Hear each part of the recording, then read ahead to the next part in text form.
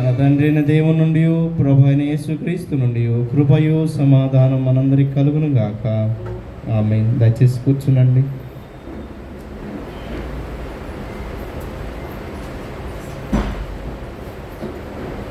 పరిశుద్ధులైన mark రాసిన సువార్త 12వ అధ్యాయము 44వ వచనాన్ని చదువుతున్నాను.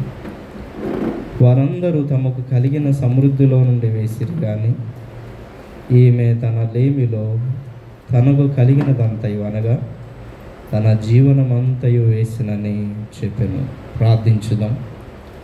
పరిశుద్ధులవును ప్రేమ కలిగిన మా ప్రియపలో తండ్రి, మహోన్నతుడు వగు దేవ, అత్యున్నత సింహాసనమందు ఆసీనుడు వగు దేవ, నీ స్తోత్రాలు. సృష్టికర్తవైన దేవుడు అని ప్రభువా, నీ నామమును మేము సేవించి ఘనపరిచి ఉన్నాము. నీకే మహిమ ఘనత ప్రభావములు కలుగునుగాక. నీ పరిశుద్ధ వాక్యమును ధ్యానిస్తుండగా నా నోటి మాటలు, మా అందరి హృదయ ధ్యానములు నీ దృష్టికి అంగీకార యోగ్యంగా చేసుకునండి.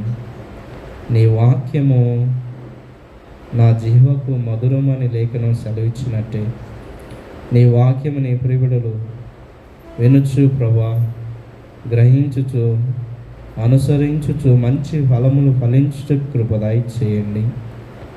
లోకములో మాదిరికరమైన జీవించుటలో మమ్మల్ని అందరినీ బలపరచుమని యేసుక్రీస్తు నామంలో అడిగి వేడుకొని ప్రార్థిస్తున్నాము తండ్రి. ఆమేన్. క్రీస్తు యేసునందు ప్రేమైన వాళ్ళగా మన ప్రభువును రక్షకుడైన యేసుక్రీస్తు నామంలో మీ అందరికీ శుభాభివందనాలు తెలియజేస్తూ ప్రేమతో వాక్య ధ్యానంలోకి ఆహ్వానిస్తున్నాను. చదవబడిన 3 లేఖన భాగములు మీరు విన్నారు. జకర్యా గ్రంథము 7వ అధ్యాయము 4 నుంచి 10 వచనాల్లో దేవుడు వారి భక్తి గురించి, యూదుల ఇశ్రాయేలీల భక్తి గురించి మాట్లాడుతూ, అలాగే వారి హృదయాలు కఠినమైనవి, గురువింద వలె వారి హృదయాలు ఉన్నవని, గురువింద అనేటువంటి పదమును వాడుతూ ఆ అధ్యాయంలో వారి కఠినత్వాన్ని గురించి జ్ఞాపకం చేస్తాడు. మనం చదువుకున్నటువంటి పత్రికా పాఠ్యభాగములు సమస్తమైన దుష్టత్వమును విడిచి దేవుని మందిరంగా కట్టబడవలనని పేతురు భక్తుడు సంఘమునకు తెలియజేసిన దేవుని మాటలు. సువార్త పాఠ్యభాగములో బీద విధవరాలు యొక్క అర్పణ. ఈ 3 చదువుగా మనం విన్నాం. ఈ 3 ఆధారం చేసుకొని జీవనమంతా అర్పణ అనే అంశాన్ని ధ్యానం చేసుకుందాం. జీవనమంతా అర్పణ. యేసుక్రీస్తు ప్రభువారు తన పరిచర్యలో చాలామందిని ప్రశంసించాడు. ఆయన ప్రశంసించిన వ్యక్తులు, వారి జీవన విధానాలు సమాజంలో ప్రశంసించదగినవి కావు. కానీ యేసుక్రీస్తు ప్రభువారు చాలామందిని అద్భుతంగా ప్రశంసించారు. మనకి లూకాసు సువార్త మత్తయి సువార్త 8వ అధ్యాయంలో శతాధిపతిని ప్రభు చక్కగా ప్రశంసించాడు. ఇలాంటి విశ్వాసం నేను ఇశ్రాయేలులో కూడా కనుగొనలేదు అనేటువంటి మాట. అతని దాసుని యొక్క అనారోగ్యతను బట్టి ఆ శతాధిపతి ఉంచినటువంటి విశ్వాసాన్ని ప్రభు ప్రశంసించాడు. అలాగే కనాను స్త్రీ గురించి కూడా దయ్యము బట్టి తన కుమార్తె చాలా బాధపడుతూ మరణస్థితిలోకి వెళుతున్న పరిస్థితుల్లో ప్రభు దగ్గర తన్ను తాను తగ్గించుకొని తన విశ్వాసాన్ని గొప్పగా వెల్లడి చేసిన సందర్భంలో ప్రభు ఆమెను అబ్రహాము యొక్క సంతానంలో విశ్వాసపరురాలుగా భావించాడు. అలాగే జక్కయ్యను కూడా ప్రభు ప్రశంసించాడు. చాలా అద్భుతంగా ప్రశంసించాడు. సమాజంలో ఛేదరించబడుతున్న నీచమైన జీవితాన్ని జీవిస్తున్న జక్కయ్య,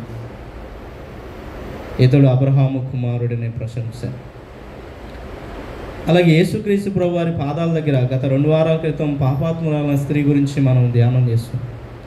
ఆమె యేసు ప్రభు వారి పాదాల దగ్గర విస్తారంగా తన పాపాలు ఒప్పుకొని ప్రభుని విస్తారంగా ప్రేమించినప్పుడు ప్రభు ఆమెను ప్రశంసించారు.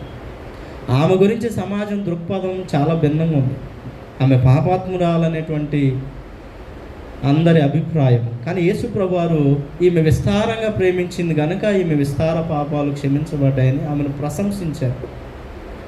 అలాగే ఈరోజు మనం చదువుకున్నటువంటి మార్కు సువార్తలో విధవరాలని ప్రభు ప్రశంసిస్తున్నట్లుగా మనము జ్ఞాపకం చేసుకుంటాం. ప్రభు యొక్క ప్రశంస అందుకున్నటువంటి వారు ఉన్నతమైనటువంటి వారు కాదు, విలువైన జీవితాలు జీవించిన వారు కాదు, ఆత్మీయ జీవితంలో గొప్పగా రాణించినటువంటి వారేం కాదు.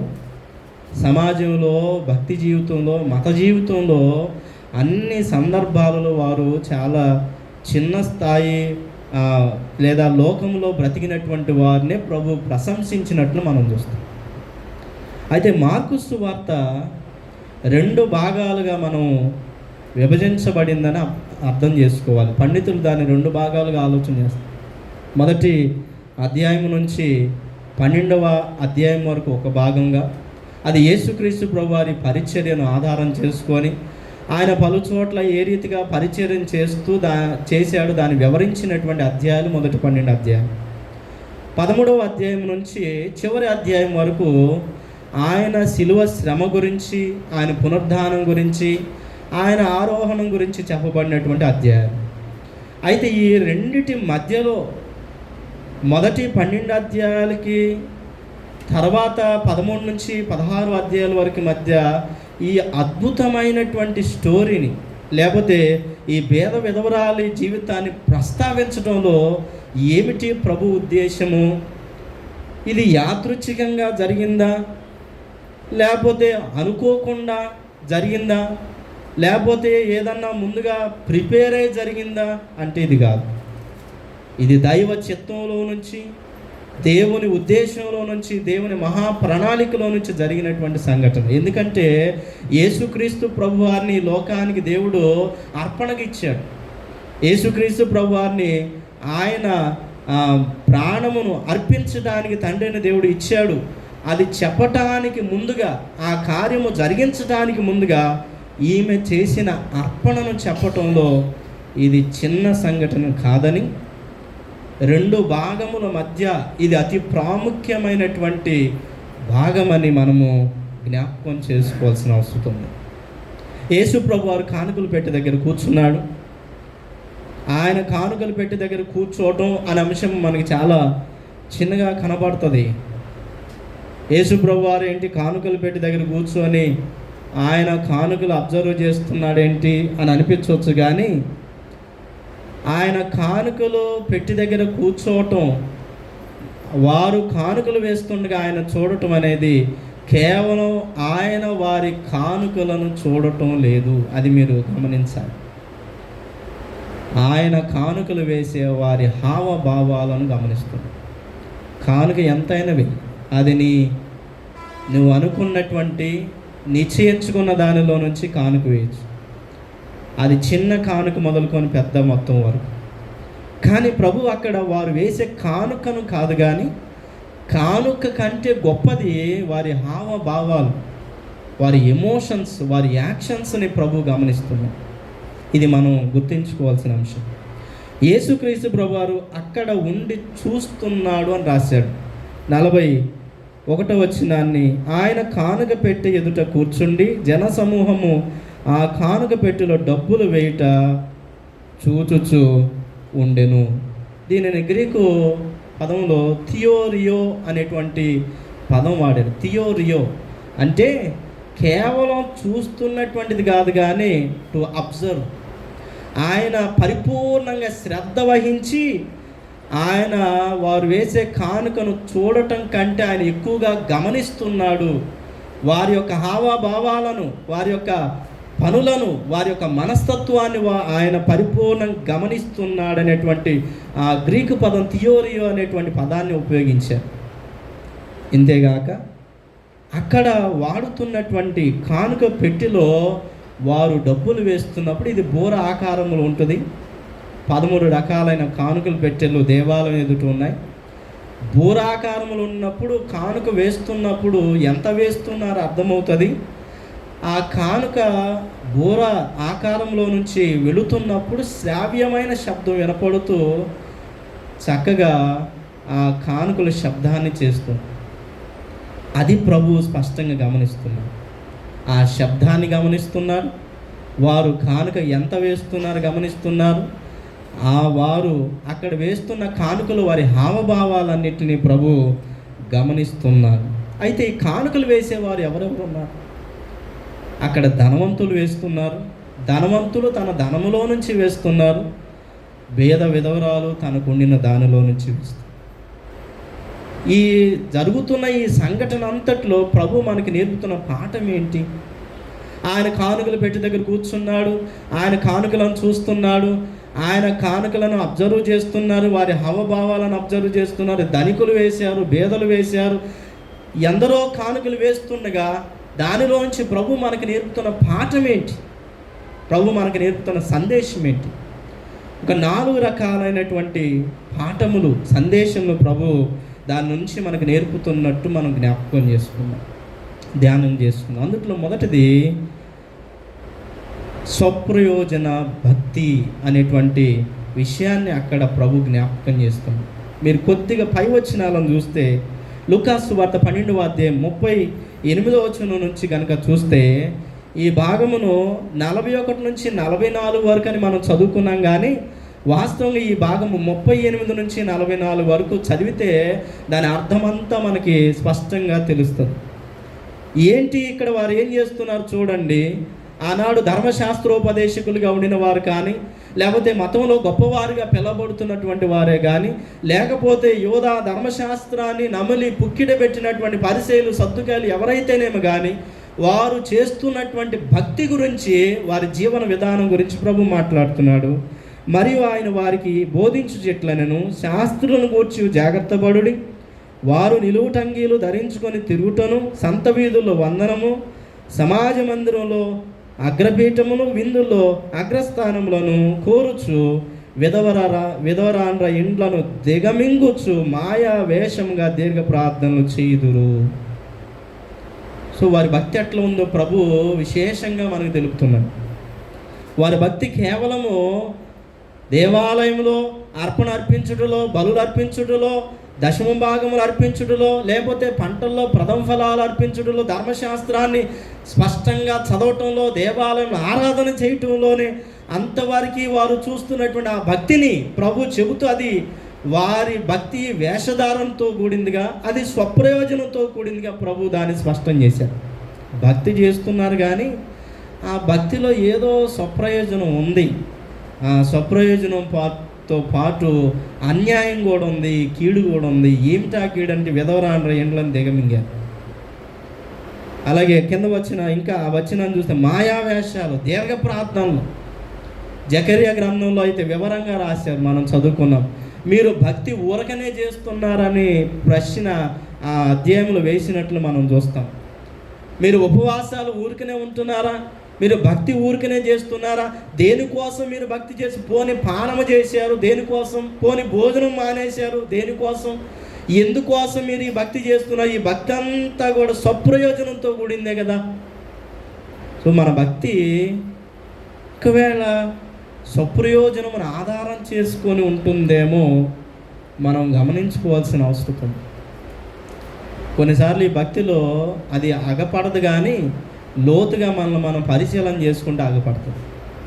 ఒక ఇద్దరు దేవాలయానికి వెళ్ళారని మనం లేఖనాల ప్రభు మనం పరిసేయుడు దేవాలయానికి వెళ్ళి తన భక్తి అంతా ఇది అని ప్రభువుతో చెప్పుకుంటున్నాడు. నేను ఇలాగా వారంలో ఇన్నిసార్లు ఉపవాసం చేస్తున్నాను, ఇలాగ నా భక్తి చేస్తున్నాను, ప్రథమ ఫలం ఇచ్చి అన్ని ఇచ్చాను, చోరుని కాదు, జారుని కాదు, దొంగను కాదు, అవి కాదు, ఇది కాదని చెప్పుకుంటూ ఇది నా భక్తి అని దేవుని ఎదుట తాను ప్రదర్శించుకున్నప్పుడు దేవాలయం దూరంగా నిలబడిన సుంకరి నీతిమంతుడి ఇంటికి వెళ్ళాడు. సో మన భక్తి దేన్ని ఆధారం చేసుకున్నట్టు? కేవలం బాహ్యపరమైనటువంటి వాటిని ఆచరిస్తూ అనుచరిస్తూ దేవుని ఆలయంలో సేవను జరిగిస్తూ ఉండినంత మాత్రాన అది భక్తి అని భావించుకుంటుంటే ప్రభు దాన్ని స్వప్రయోజనంతో కూడిన భక్తి అని ప్రభు చెబుతున్నాడు. అసలైన భక్తి ఏంటి అనంటే యాకోబు భక్తుడు దాని గురించి వివరంగా చెబుతాడు. ఏంటిది అసలైన భక్తి అంటే యాకోబు పత్రిక మొదటి 2వ అధ్యాయంలో దాన్ని జ్ఞాపకం చేస్తాడు. మొదటి అధ్యాయం 27 వచనాలు. మీరు బేదలను, విధవరాండ్రను, దిక్కులేని వారిని ఆదరించి పరామర్శించుటయు ఇహలోక మాలిన్యం అంటకుండా తనను తాను కాపాడుకొనుటై నిజమైన భక్తి.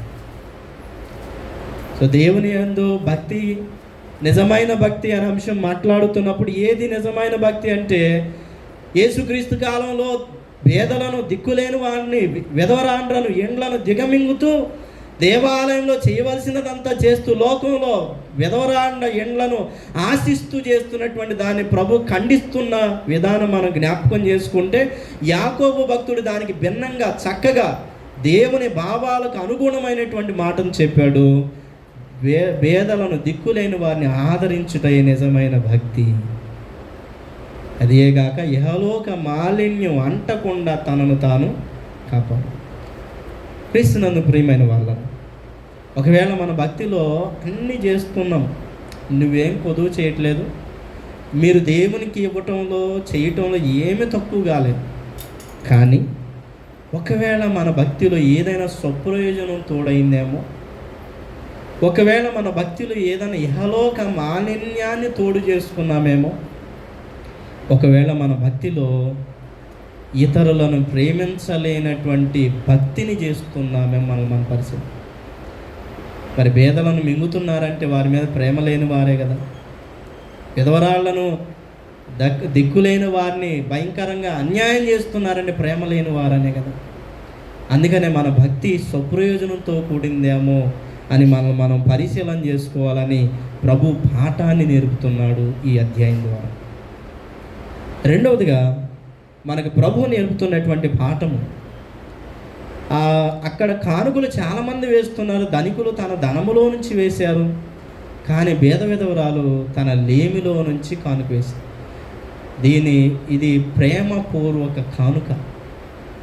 దేవునికి ఇవ్వాలంటే అందరం ఇస్తున్నాం, కానీ ఈమె ప్రేమపూర్వక కానుక ఇచ్చిందని దేవుని వాక్యం మనకు జ్ఞాపకం చేస్తుంది. దేనిలో నుంచి ఇచ్చింది అనేది చాలా ఇంపార్టెంట్. కానుక అందరూ వేస్తున్నారు, ధనికులు ధనములో నుంచి విశేషంగా వేశారు. అక్కడ 2 పదాలు వాడారు చాలా చక్కగా, సొమ్ము అని వాడారు, విశేషం అనేటువంటి పదం వాడారు. అంటే వారికి చాలా సొమ్ము ఉంది, ఆ సొమ్ములో నుంచి వేశారు, వారు విశేషంగా కానుక వేశారు. ఇంకా వేయటానికి వారి యొక్క చాలా కూడా ఉన్నది, వారు మిగిల్చుకొని కూడా వారి ఇంటికి వెళ్ళగలిగారు, మళ్ళా తిరిగి వచ్చి కూడా వేయగలిగారు. కానీ ఈమె తన లేమిలో నుంచి కానుక వేసింది. ఇక్కడ దేవుని ఆమె ఎంత ప్రేమించిందో అర్థమవుతుంది. ప్రేమపూర్వక కానుకను దేవునికి సమర్పణ చేస్తుంది తన లేమిలో నుంచి.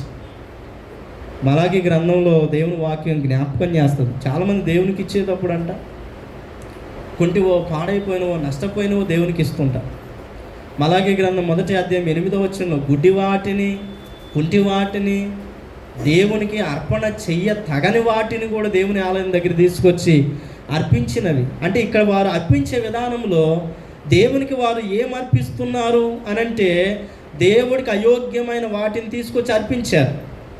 కానీ పేద విధవరాల గురించి జ్ఞాపకం చేసుకుంటే ఆమె అయోగ్యమైనది కాదు, ఆమె తనకుండినటువంటి తన లేమిలో నుంచి అర్పణ చేసింది. ఆమె దేవుణ్ణి ఎంత ప్రేమిస్తుందో అర్థం చేసుకోవాలి. అలాగే యేసుక్రీస్తు కాలంలో కొందరు సనుక్కుంటూ గొనుక్కుంటూ ఇచ్చారు. కొందరు గుడ్డి వాటిని, కుంటి వాటిని ఇచ్చి అర్పణ చేస్తే, మరి కొందరు సనుగులతో, గొనుగుళ్లతో ప్రభుకి అర్పణ చేశారు. ఒక మరియ ప్రభుకి అభిషేకం చేస్తూ ఆయన పాదాల మీద చాలా విలువ కలిగిన అత్తరు పోసినప్పుడు అక్కడ ఇస్కరియోతు యోధ యొక్క సనుగుడు మనం గమనిస్తాం. చాలా సనుక్కున్నాడు, అయ్యో ఎంతెందుకు పాడు చేస్తున్నావు, ఎంత ప్రభు పాదాల మీద ఎందుకు వృధా చేసావు, ఎంత ప్రభు పాదాలకు ఎందుకు పోసి అది పేదలకు ఇచ్చి వారికి సహకరించవచ్చు కదా అనేటువంటి మాటలు, యోధా మాటలు మనం చూస్తాం. కొందరు పాడైన దేవునికి ఇస్తుంటే, కొందరు సనుగుతూ దేవునికి అర్పణ చేస్తుంటే, ఈమె తన లేమిలో నుంచి కానుకను అర్పణ చేసింది. చాలా లేమిలో నుంచి కానుకను అర్పణ. నేను పనిచేసిన నందిగం అనే ప్యారిష్లో ఒక విధవరాలు, ఆమె భర్త లేడు, పిల్లలు, కుటుంబాలు, పెళ్ళిళ్ళు చేసిన కుటుంబాలు సరిగా లేవు. కానీ దేవాలయం అక్కడ నిర్మాణం చేస్తుంటే ఆమె ఇవ్వగలిగిన స్థాయి స్తోమత కలిగింది కాదు. ఆమెకు వచ్చే నెలకొచ్చే పెన్షన్, ఆమె ప్రతి నెల పెన్షన్ దేవుని ఆలయానికి ఇచ్చేసి. అంటే ఏంటి ఇక్కడ? ఆమె దుబారా చేస్తుందా, వెరితనం కలిగి ఉందా, లేకపోతే ఆమెకి ఏంటి సమాజం మాట్లాడుకునే మాటలు ఎట్లా ఉంటాయి? ఏంటి ఏం పిచ్చిదా, వెరిదా, పిచ్చిదంతా ఇచ్చేస్తుంది అని దేవునికి. కానీ ప్రియులారా, ఆమె పనికి కూడా పోలేదు, పొలం పనికి, ఏ పనికి పోలేదు.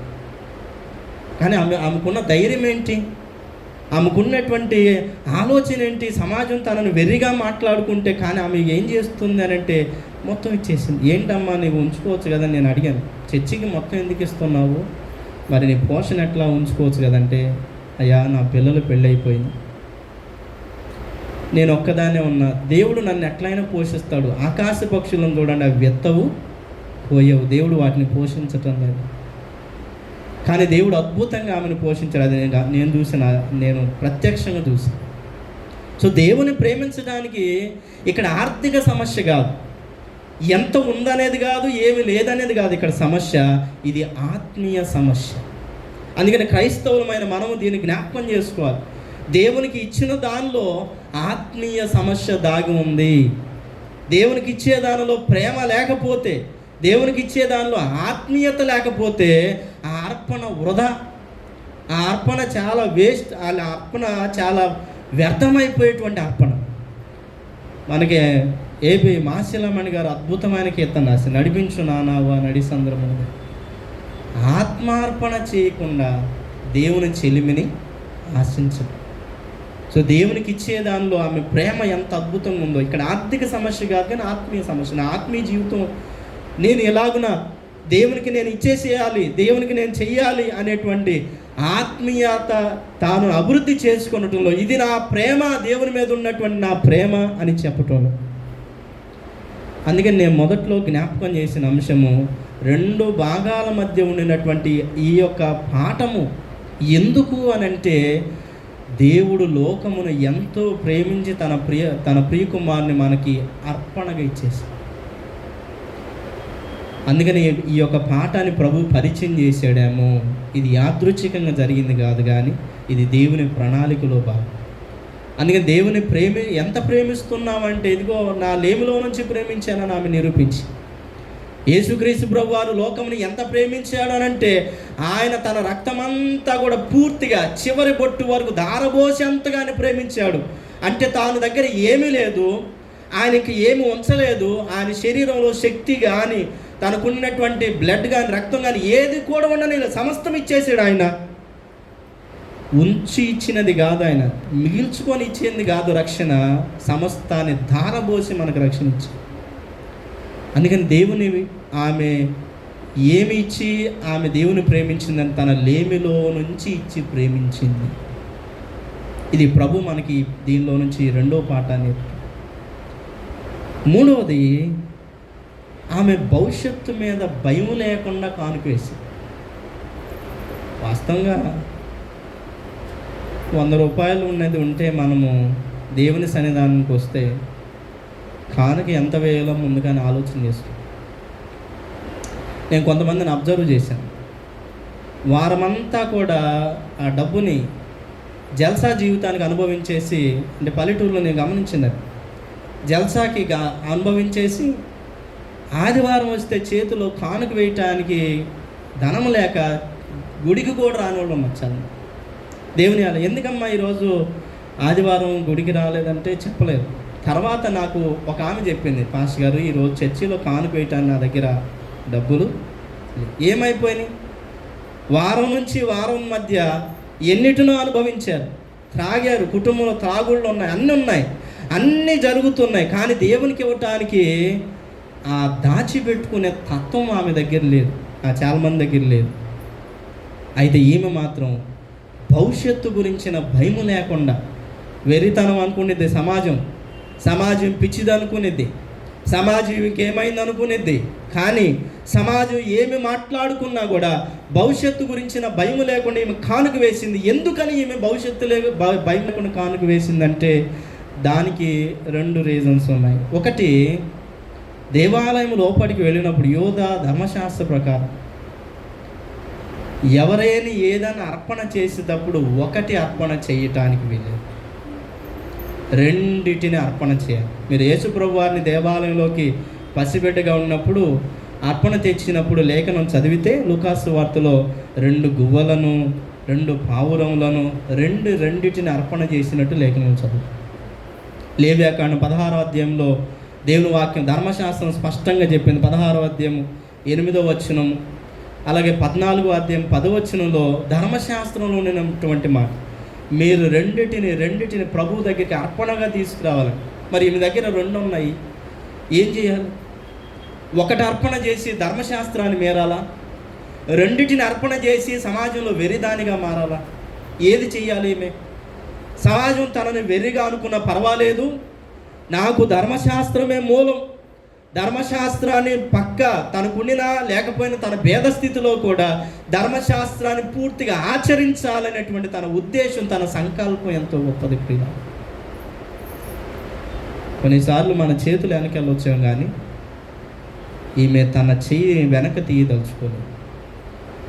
వాస్తవంగా ఈమె 2 కాసులు ఉన్నాయి. దేవా, నీ సన్నిధానానికి వచ్చాను, నా దగ్గర అయితే ఏం లేవు ప్రభా, 2 కాసులు ఇంట్లో పెట్టి వచ్చాను, రేపు నేను బ్రతకటానికి కావాలి కదా, ఏమి లేని దాన్ని నీకు తెలుసు కదా, నువ్వు నన్ను అర్థం చేసుకుంటావు కదా అని ప్రార్థన చేసి ఆమె ఇంటికి వెళ్ళవచ్చు. దేవుడు అర్థం చేసుకునే దేవుడు కదా, మన దేవుడు కనికరం చూపించాడు. కానీ ఈమె దేవునిని అలాగున చూడదలుచుకోలేదు, దేవుణ్ణి అలాగున బ్రతిమాలదలుచుకోలేదు, లోకస్తుల ఆలోచన చేసినట్టు ఈమె ఆలోచన చేయదలుచుకోలేదు. ఈమె తనకుండిన 2 కాసులు వేసింది, ధర్మశాస్త్రాన్ని పూర్తిగా ఆచరించి. 2వ కారణం, తనను పుట్టించిన దేవుడు తనను పోషించడా? ఇది 2వ కారణం. తనని సమస్తమును దయచేసిన దేవుడు నాకు దయచేయడా? లేఖనాలు ప్రభు వివరంగా మాట్లాడతాడు. మనకి పూర్వపు చరిత్రలోకి వెళ్ళినప్పుడు ఏలియాను ఏం పోషించింది?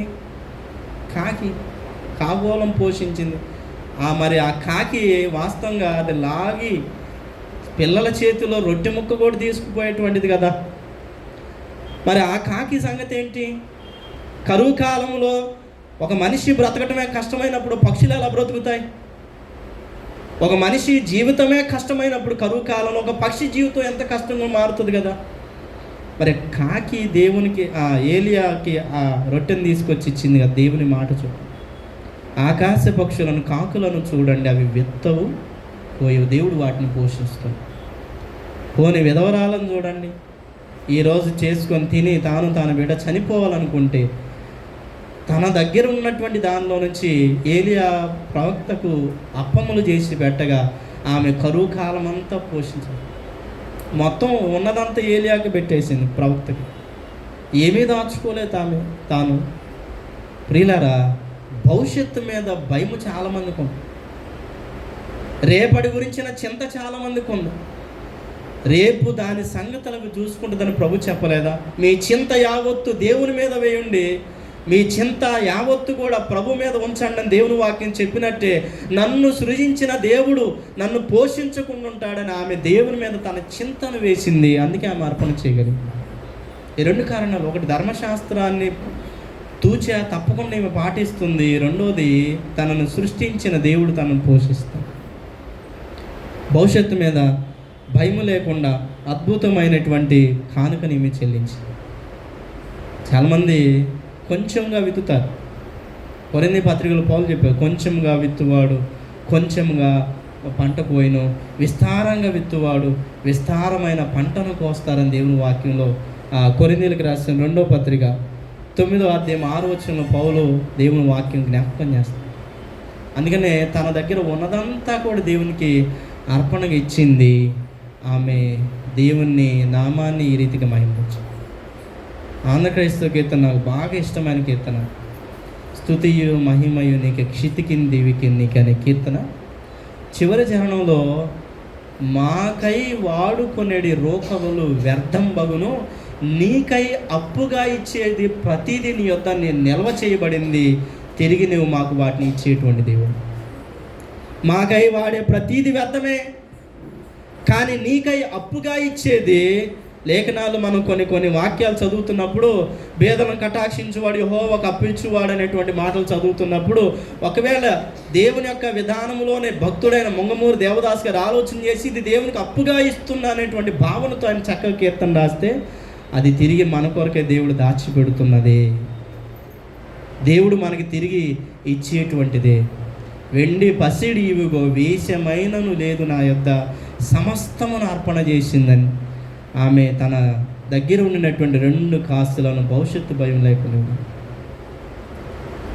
మన జీవితాల్లో భవిష్యత్తు గురించి చాలా భయాలు ఉన్నాయి.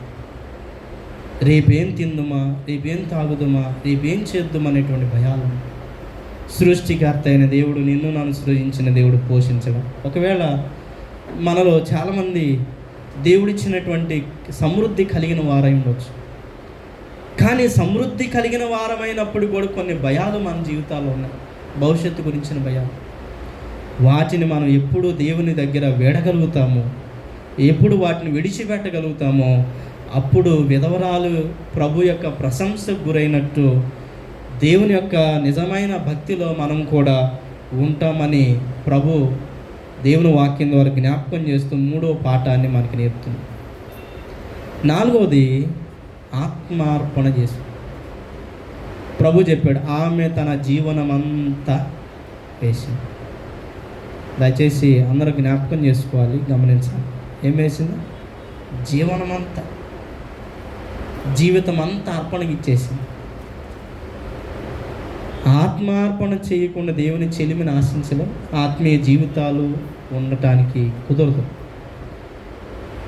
దేవుని వాక్యంలో మనం చదువుకున్న పత్రిక వాక్యం అపోస్తలుడైన పేతురు రాసిన మొదటి పత్రిక, మీరు దేవునికి ఏదన్నా అర్పిస్తే ఆత్మ సంబంధమైన బలులు అర్పణ చేయండి అని దేవుని వాక్యం జ్ఞాపకం. కేవలం శరీర సంబంధమైన బలులు, శరీర సంబంధమైన అర్పణలు, ఇదిగో ప్రభువా ఏడాది దూడలను ఇచ్చాం, వేలాది పొట్టేళ్ళని ఇచ్చాం, వేలాది నదులంత విస్తార తైలము మా దగ్గర ఏదైతే ఉందో అదంతా ఇచ్చేసామంటే, మనుష్యుడా ఏది ఉత్తమం ఆలోచన చేయి. దేవునికి నువ్వు ఇవ్వటం, నీకు ఉన్నది ఇస్తున్నావు. ఇక్కడ అది కాదు, ఇక్కడ ఆత్మార్పణ చేయాలి, దేవునికి జీవితాన్ని అర్పించాలి. రోమపత్రికలో పౌలు భక్తుడు చాలా చక్కటి మాట, మీ శరీరాలను దేవునికి సజీవ యాగంగా అర్పణ చేసుకోవాలి.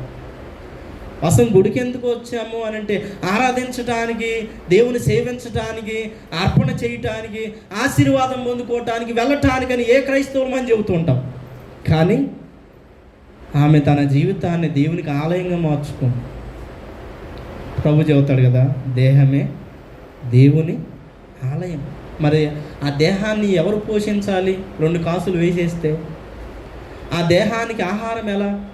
పోని తాను కష్టపడి పని చేసుకోవటానికైనా కొన్ని దినములైనా సమయం పట్టిదిగా ఆ ధనము రావటానికైనా, పోని తాను విధవరాలే కానీ తనకి ఎవరు పోషించేవారు లేరు. అలాగే ఆమె విధవరాలని చెప్తున్నప్పుడు ఆమె బీదదని రాశారు, ఆమె విధవరాలని చెప్పేటప్పుడు ఆమె నిస్సహాయ స్థితిని కూడా రాశారు దేవుని వాక్యం. ఇలాంటి నిస్సహాయ స్థితిలో ఉండినప్పుడు ఆమె తన జీవితాన్ని దేవునికి ఆలయంగా మార్చుకుంది. ఆలయానికి వెళ్ళి అర్పణ వేసింది, కానీ తన దేహాన్ని దేవునికి అర్పణ వేసిందని నేను చెప్పగలుగుతాను. ఎందుకంటే దేహాన్ని పోషించుకోవటానికి ఏమీ ఉంచుకోలేదు ఆమె. ఈ కడుపుకి ఆహారం కోసమై ఆమె ఏమీ దాచుకోలేదు, తన జీవితం అంతా వేసింది. అందుకని ఆత్మార్పణ చేసే వారంగా మనం ఎప్పుడు ఉండగలుగుతాం? జీవనమంతా కూడా దేవునికి ఇవ్వగలుగుతున్నటువంటి వారు. ఒక మనుష్యుడు దేవునికి ఏమి ఇవ్వగలుగుతాడు? ఒక మనుష్యుడు దేవుణ్ణి ఏమిచ్చి తృప్తి చెందించగలుగుతాడంటే, ఒక మనిషి దేవునికి ప్రాణం కంటే, జీవితం కంటే ఇంకేమి ఇవ్వగలుగుతాడు? పోని దేవుణ్ణి నేను ధనం ఇచ్చి తృప్తి పరుచుదునంటే దేవుడు నాకు వద్దు అంటున్నాడు. ఎందుకంటే అది దేవుడు ఇస్తున్నదే కదా నీకు నాకు. పోని దేవునికి ఆస్తినిచ్చి తృప్తి పరుచుతానంటే ఆస్తి దేవుడు నీకు నాకు ఇస్తున్నదే కదా. పోని దేవునికి వేలాది నదులంత విస్తార తైలం ఇద్దామంటే అది దేవుడు సృజించిందే కదా. దేవునికి మనం ఏమిచ్చి ఆయనను సంతృప్తిపరచగలం, ఆయన ప్రశంసను పొందుకోగలం, ఆయన యొక్క విశ్వాసంలో మనం గొప్పగా ఉండగలుగుతాం, ఆయనను సేవించే వాళ్ళు గొప్పగా ఉండగలుగుతాం అనంటే జీవితాన్ని ఇచ్చిన జీవితాన్ని సమర్పణ చేస్తున్నాం. కొన్నిసార్లు మన జీవితం వెనక్కి వెళ్తుంటుంది. భయం, ఇది చేస్తే నా సమయం వృధా అవుతుందేమో, ఇది చేస్తే నా ధనం వృధా అవుతుందేమో, ఇది చేస్తే నా భవిష్యత్తు అట్లా అనే భయాలు మన జీవితాల్లో ఉండగా ఈ విధవరాలు మనకు ఒక పాఠం. ఈ విధవరాలు మన జీవితానికి ఒక చక్కగా పాఠము నేర్పుతూ, ఆమె అనుభవం ఎంతో గొప్పది. నేను భవిష్యత్తు గురించి నా భయం లేకుండా ఆత్మార్పణ చేసుకునేటువంటి నిజ క్రైస్తవులంగా, జీవితాన్ని అర్పణ చేసేటువంటి నిజ క్రైస్తవులంగా, జీవితాన్ని ప్రభునికే అర్పించేటువంటి నిజ క్రైస్తవులంగా మనం ఉండాల్సిన అవసరం ఉంది. యేసుక్రీస్తు ప్రభు వారు ఎందుకని అందరిని మెచ్చుకోలేదు? ధనవంతులు కానుకలు వేశారు, ఆమెతో వచ్చిన పేదలు కానుకలు వేశారు, ఆమెతో వచ్చినటువంటి మధ్యతరగతి వారు కానుకలు వేశారు, ఎవరి స్థాయి కొలది వారు కానుకలు వేశారు. కానీ ప్రభు ఎందుకు ఆమె ఒక్కదాన్ని మెచ్చుకున్నాడు అంటే ఆమె జీవితాన్ని అర్పణ చేసింది, అంతే. విరిగి నలిగిన మనస్సే దేవునికి ఇష్టమైన బలి. అది ఆమె జీవితంలో నుంచి దేవునికి చూపించి, ప్రభువా ఇదిగో మొత్తం నీకు ఇచ్చేస్తున్నాను, నీవు నా పోషకుడవు, నీవు నా సంరక్షకుడవు. విధవరాల గురించి దేవుని వాక్యం ఏం చెప్పింది? నిన్ను సృజించిన వాడు నీ భర్త అయి ఉన్నాడు. భర్త అయితే ఏం చేస్తాడు? భర్త పోషకుడు అవుతాడు, భర్త సంరక్షకుడు అవుతాడు, భర్త ఆదరించేవాడు అవుతాడు, భర్త తోడుగా ఉంటాడు. సో తాను విధవరాలని జ్ఞాపకం చేసుకుంది. దేవుని వాక్యంలో ధర్మశాస్త్రంలో రాసిన మాట, నిన్ను సృజించిన వాడు నీ భర్త అయి ఉన్నాడు, నీ యజమానుడై ఉన్నాడని దేవుని వాక్యాన్ని జ్ఞాపకం చేస్తుంది. కాబట్టి నా యజమానుడు నన్ను పోషించకుండా ఉంటాడా? నా యజమానుడు నాకున్నటువంటి ఆకలిలో నన్ను సంరక్షించి ఆదరించుకుని ఉంటాడా? నా కడుపు నింపుకుని ఉంటాడా? కాబట్టి నా యజమానుడికి నేను సమస్తాన్ని అర్పణ చేసుకుంటానని యజమానుడైన దేవునికి సమస్తాన్ని అర్పణ చేసి, ఈ 4 పాఠాలు మనకు నేర్పుతున్న ఈ గొప్ప పాఠాలు, స్వప్రయోజనంతో కూడిన భక్తి చేయరాదని, ప్రేమతో కూడిన కానుకను మనం అర్పణ చేయాలని, భయము లేనటువంటి భవిష్యత్తు కలిగిన క్రైస్తవులంగా ఉండాలని, ఆత్మార్పణ చేయాలని ప్రభు ఈ 4 ద్వారా గొప్ప పాఠాన్ని నేర్పారు. అయితే ప్రభు మనకి ఇంకొక గొప్ప పాఠాన్ని లోకంలో చూపించి మరి వెళ్ళాడు. ఏమిటా పాఠం అంటే, ఆయన మనలను వెండి బంగారాలతో విడిపించలేదు. బహుశా ఆయన మనల్ని వెండి బంగారాలతో విడిపించుంటే, ప్రభా ఇదిగో నీకు వెండిని నేను ఇస్తున్నానని గొప్పగా చెప్పవచ్చు. ఆయన మనల్ని బంగారంతో విడిపించలేదు, ప్రభా ఇదిగో నీకు బంగారాన్ని ఇస్తున్నానని గొప్పగా చెప్పవచ్చు. ప్రభు మనల్ని దేని చేత విమోచించలేదు, క్షయమైనటువంటి వస్తువుల చేత అసలు విమోచించలేదు. ఆయన విమోచించిందల్లా అమూల్యమైన, నిర్దోషమైన, నిష్కలంకమైన రక్తము చేత ప్రభు మనల్ని విమోచించారు. అలాంటి నిర్దోషమైన రక్తం చేత కడగబడినటువంటి సంఘంగా, ఆత్మీయ మందిరంగా కట్టబడేటువంటి వారంగా, దేవుని యొక్క ఆత్మ సంబంధమైన సంఘంగా మనం ఎప్పుడైతే ఏర్పరచబడతామో అప్పుడు నిజ క్రైస్తవులంగా, నిజ విశ్వాసంగా పిలువబడతాం. పౌలు మనకిస్తున్నటువంటి దేవుని వాక్యపు ముగింపు అదే. అపోస్తలుడైన పేతురు రాసిన మొదటి పత్రిక 2వ అధ్యాయం ఒకసారి మనం జ్ఞాపకం చేసుకుందాం. పేతురు రాసిన మొదటి పత్రిక 2వ అధ్యాయము 5వ వచనమును చదువుతున్నాము. యేసుక్రీస్తు ద్వారా దేవునికి అనుకూలములకు ఆత్మ సంబంధమైన బలులు అర్పించుటకు, ఆ మాటను మీరు నోట్ చేసుకో. ఆత్మ సంబంధమైన బలులు అర్పించుటకు, పరిశుద్ధ యాజకులుగా ఉండుటకు మీరును సజీవమైన రాళ్ల వలె ఉండి ఆత్మ సంబంధమైన మందిరంగా కట్టబడుచున్నారు. ఎందుకు దేవుడు మనల్ని పిలిచాడు? ఎందుకు దేవుడు మనల్ని ఏర్పరుచుకున్నాడు? ఎందుకు ఈ లోకంలో దేవుడు మనకి జీవితాన్ని ఇచ్చాడు అని అంటే, ఆయన ఆత్మ సంబంధమైన మందిరంగా మనం కట్టబడటానికి. పోనీ యేసుక్రీస్తు ప్రభువారు ఈ లోకానికి వచ్చి చివరి రక్తపు బొట్టును సైతము ధారపోసాడు ఎందుకు అనంటే, ఆయన సంఘంగా, ఆత్మీయ సంఘంగా మనం కట్టబడి ఆత్మీయ జీవితాలు జీవించాం. ఈరోజు దేవుని సన్నిధానికి వచ్చిన మనం దేవుని యొక్క సంఘము సజీవమైన రాయి వలె నీవు నేను కట్టబడాలని దేవుడు. జకరియా గ్రంథంలో ఒక పదం వాడారు, కురువింద హృదయం అనేటువంటి పదం వాడారు. అంటే కురువింద అనేటువంటి మాట కఠినమైంది అనేటువంటి అర్థాన్ని ఇస్తుంది. అంటే వారి హృదయాలు ఎలా అయిపోయినాయి అంటే కఠినం. విధవరాల పట్ల కఠినం, పేదల పట్ల కఠినం, సమాజం పట్ల కఠినం, తోటి సహోదరుల పట్ల కఠినం, అన్నదమ్ముడు పట్ల కఠినం, ఇంట్లో వాళ్ళ పట్ల కఠినం. అన్ని విషయాల్లో సమాజంలో కఠినమైన హృదయాన్ని కలిగి జీవిస్తుండగా ప్రభువు అలాగూ కాదు, మీకు మెత్తని హృదయాన్ని ఇచ్చాను, ఆత్మ సంబంధమైన హృదయాన్ని ఇచ్చాను, చాలా చక్కటి జీవితాన్ని ఇచ్చాను. అలాంటి సజీవమైనటువంటి రాళ్ల వలె అద్భుతమైన మందిరంగా మీరు కట్టబడి దేవుని యొక్క పరిశుద్ధ జనంగా పిలవబడాలి అని ప్రభువు మనకి ఇస్తున్న సందేశం. ప్రభు మనల్ని పిలిచిన పిలుపు ఏంటో తెలుసు. కింద వచనాలు, రాజులైన యాజక, మేం మాత్రం కాదు, మేం మట్టుకే కాదు. అందుట్లో ఎవరెవరు వచ్చారు? ఎవరు ప్రభువుకి తమ ఆత్మలను అర్పణ చేసుకోగలిగారు? ప్రభు రక్తంలో ఎవరు కడగబడ్డారు? ప్రభు యొక్క విశ్వాసంలో ఎవరు నిలబడ్డారు? ప్రభుని ఎవరైతే అనుసరిస్తున్నారో వారందరినీ ప్రభు పిలుస్తున్న పిలుపు, ఆయన శిష్యరేఖంలో చేరినటువంటి వారిని ప్రభు పిలుస్తున్న పిలుపు, రాజులైన యాజక సమూహము, ఏర్పరచబడిన వంశము, పరిశుద్ధ జనం. అలాంటి సంఘంగా, అలాంటి విశ్వాసంగా మనం ఉండాలని దేవుడు మనం కోరుతున్నాడు. విధవరాలు జీవితం అంతా వేసింది. యేసుక్రీస్తు ప్రభువారు మన కోసం ఈ లోకంలో తన ప్రాణాన్ని అర్పించాడు.